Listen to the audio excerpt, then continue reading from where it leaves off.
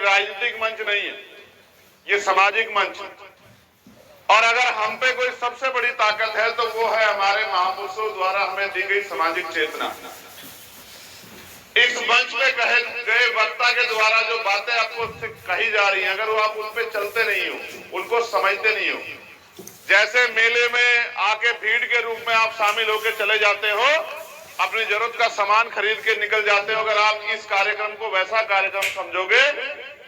तो मैं समझ रहा हूं कि आप यहाँ अपना सिर्फ समय खराब ही नहीं कर रहे, आप अपना नुकसान भी कर रहे हैं। लेकिन अगर आप मन में संकल्प लेके यहाँ इस मंच पर उपस्थित इन वक्ताओं की बातों को सुनोगे, इनकी बात को आत्मसात करोगे, तो मैं लिख के देता हूं कि आपके जीवन में बहुत सारी कठिनाइयां जो आने वाली हैं, जो हैं, वो कठिनाइयां दूर हो जाएंगी। मेरा आपको यही संदेश है कि हमें इस बात पे ज्यादा गर्व नहीं करना चाहिए कि हम किनकी औलादे हैं, क्योंकि इस बात पे गर्व करने में अगर हम अपने आप को टटोले तो हमारा कोई योगदान नजर नहीं आता। असल ये है कि हम अपने महापुरुषों के सपनों को, उनके कारवा को कहां तक पहुंचा पाए, ये हमारे कंधों पे जिम्मेदारी है। मैं डॉक्टर बाबा साहब अम्बेडकर को जब पढ़ता हूं, फूले साहू पेरियार को जब पढ़ता हूं, पेरियार ई रामा नायकर स्वामी को जब पढ़ता हूं, महामना रामसु वर्मा, बाबू शिवदयाल चौरसिया को जब पढ़ता हूं, संत राम बी प्रजापति, मान्यवर काशीराम साहब को जब पढ़ता हूं, तो मुझे महसूस होता है कि वो दो नहीं थे, वो अलग अलग नहीं थे, हर एक पेड़ की एक डालियों के रूप में वो थे। और हर व्यक्ति ने अपना, हर महापुरुष ने अपना अपना काम किया है, और जब तक वो जिए उन्होंने आराम नहीं किया, सिर्फ काम किया। उनकी वजह से आज उनकी संतानें मंचों पर बैठी। इस देश में जाति है और जाति के आधार पर ऊंच नीच है। आप आज के बाद सब लोग अपने आप को, अपनी जाति छिपाना एक तो बंद कर दें, क्योंकि ये ना तो जाति आपके महापुरुषों ने बनाई और ना ही इस जाति को छिपा के या इस जाति पे गर्व करके आप कोई किसी का भला कर सकते हो। एक तो जाति के आधार पे अपना मनोबल गिराना बंद कर दो, क्योंकि जब तक आप जाति खत्म करने वाली ताकत ना बन जाओ, तब तक जाति के आधार पे अपने आप को छोटा बड़ा समझ के अपना मनोबल कम करने का काम जो है आपको बंद कर देना चाहिए। इसी में आपकी भलाई। प्यारे भाइयों, महापुरुषों को पूजने की बजाय, महापुरुषों आगे धूप बत्ती लगाने की बजाय, उनके आगे माथा टेकने की बजाय, और जिस तरह आप तथाकथित ईश्वर को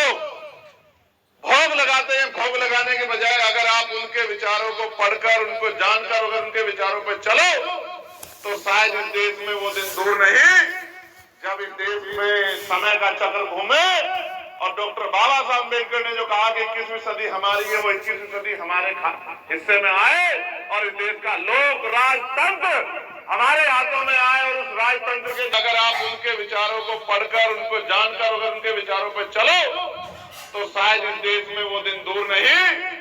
जब इस देश में समय का चक्र घूमे और डॉक्टर बाबा साहब अम्बेडकर ने जो कहा कि 21वीं सदी हमारी है, वो 21वीं सदी हमारे हिस्से में आए और इस देश का लोक राजतंत्र हमारे हाथों में आए। और उस राजतंत्र के जरिए, उस राज व्यवस्था में काबिज होके हम इस लोकतंत्र में कमजोर वर्ग के लोगों को भी अपने पैरों पर खड़े होने का काम कर सकते। अभी देश में नीरज भाई, मुझे कहने में बड़ी तकलीफ हो रही है, क्योंकि ये मामला बड़ा पेचीदा है कि कभी भारत रत्न की वैल्यू होती थी, अब जिसकी लाठी उसकी भैंस हो गई, जिसको चाहे उसको दे दो।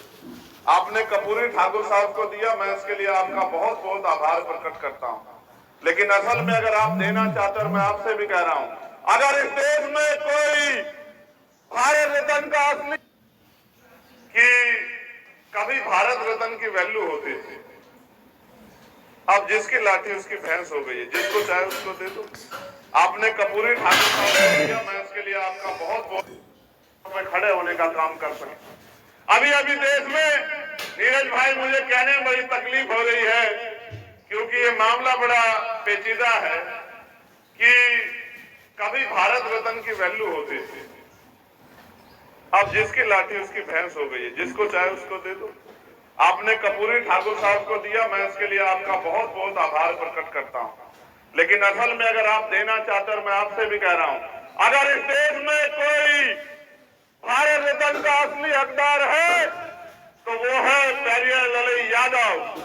अगर इस देश में कोई भारत का हकदार है तो वो है महामना रामस्वरूप वर्मा, चौधरी महाराज सिंह भारती, मान्यवर काशीराम, संत राम बीए प्रजापति, बाबू शिवदयाल चौरसिया। अगर कोई